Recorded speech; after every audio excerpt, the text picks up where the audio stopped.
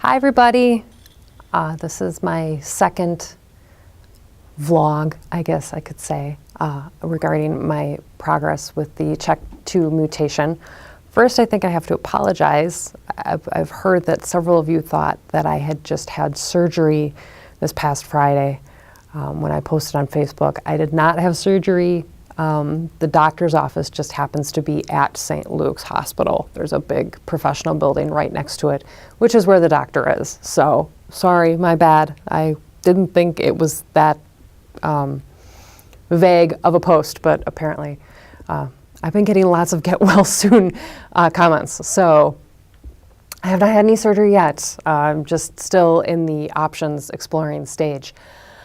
But I did, on last week Friday, go and see an outstanding breast surgeon here in the Milwaukee area who apparently is the best of the best. And she was a really great person to talk to, and I got a really thorough examination and was given several options.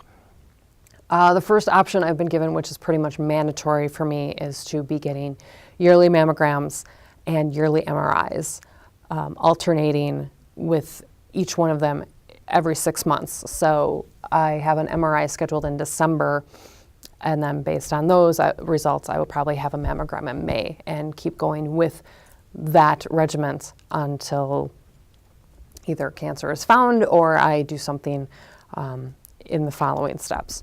I also have to do be very regimented in my self-exams as well, and let the doctors know if I find anything.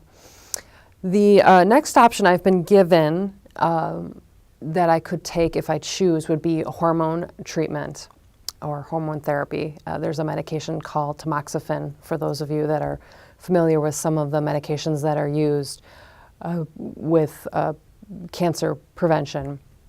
And even for just in general, as far as hormone replacement, it's an estrogen blocker, which pretty much says it blocks the cells from joining and therefore preventing tumors from growing.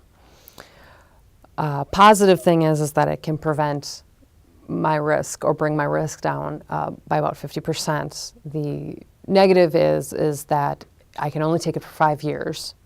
I'm not really sure why. I believe the reason is because it can cause an increased risk in other cancers, other feminine type cancers, either ovaries or otherwise. And it can cause menopausal side effects, which is something that they're really trying to avoid. So there's some positive and negatives with that thought process. The next option I've been given is to have my ovaries removed and then go on hormone replacement therapy.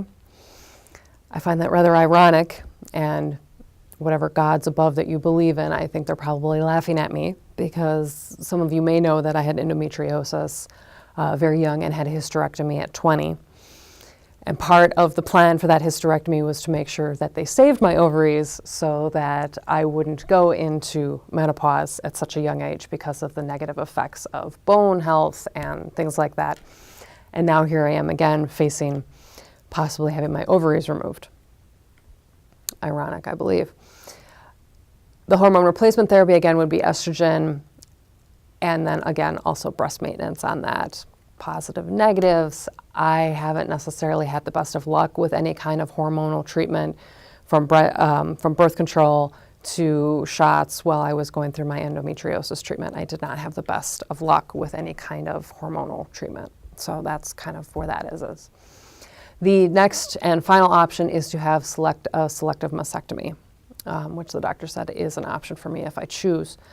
That pretty much cuts the risk of cancer down to less than 10%. There's always going to be a chance, but if I have the selective mastectomy, whether I choose reconstruction or not, that pretty much cuts it down to just about nothing.